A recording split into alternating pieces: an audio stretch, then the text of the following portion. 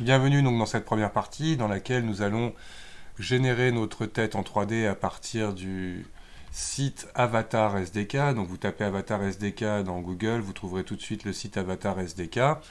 Une fois que vous êtes là, vous allez tout simplement try the WebGL demo. Et ici, je vais aller chercher Bruce for a photo. Vous avez des exemples de têtes que vous pouvez utiliser si vous avez envie de charger différents types de modèles de tête. En tout cas, vous allez chercher donc votre photo. Il ne faudra pas avoir de lunettes, pas avoir la bouche ouverte, pas avoir de cheveux devant les yeux. Et on choisira le Head 2.0. De toute façon, mâle et femelle, vous ne pourrez pas les télécharger. Head 1.2 à le bus, ce n'est pas ce qu'on veut pour cet exercice.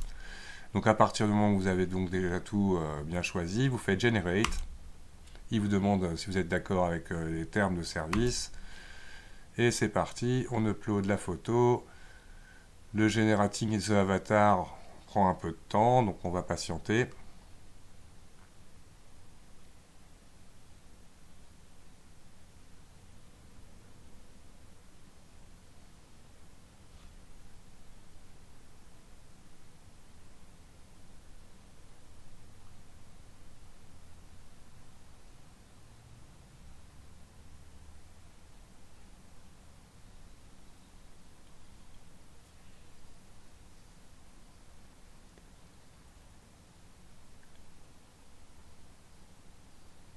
Voilà, une fois que vous êtes dans la fenêtre 3D, vous avez la possibilité, donc si jamais vous avez des cheveux à la base, donc il vous fera une modélisation de vos cheveux. Pour l'occasion, moi je me suis bien rasé la tête.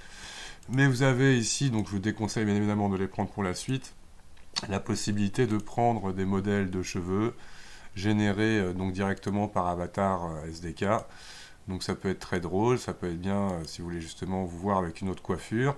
Vous prendrez dans mon exemple le modèle Bald de tennis, donc complètement rasé.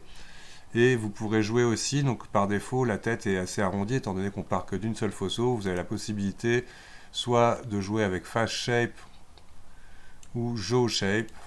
Donc là moi je préfère prendre Jaw Shape. Et une fois que vous avez fait ça, vous devrez downloader votre fichier. Si jamais vous n'avez pas de compte, donc il faudra vous créer un compte.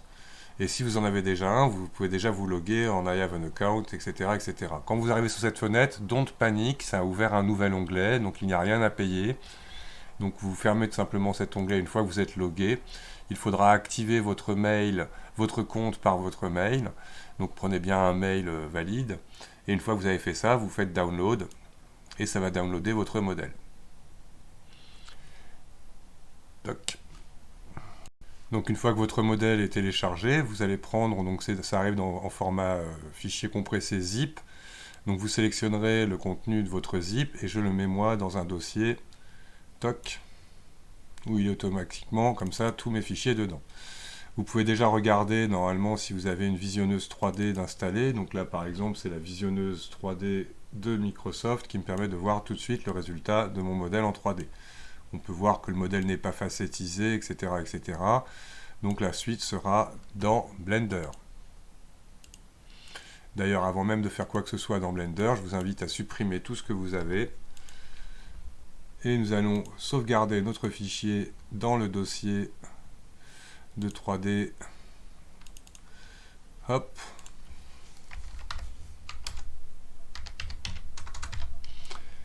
Comme ça, tout ce que vous irez chercher sera directement dans ce dossier-là. Donc maintenant, nous allons importer notre modèle. Donc File, Import. C'est un Wavefront OBJ. Et donc là, dans mon dossier SDK, je prends bien le modèle.obj et j'importe le fichier. Vous appuyez sur le point de votre pavé numérique ou View Frame Selected. Et voici votre fichier. Vous pouvez bien évidemment afficher les textures dans le workspace du Solid Viewport. Et on peut voir que le modèle est par défaut facettisé. Donc je sélectionne mon modèle, clic droit, Shade Smooth. Et voilà, mon modèle est bien importé dans Blender. Et donc nous allons dans la partie suivante, donc seconde partie, attaquer la retopologie.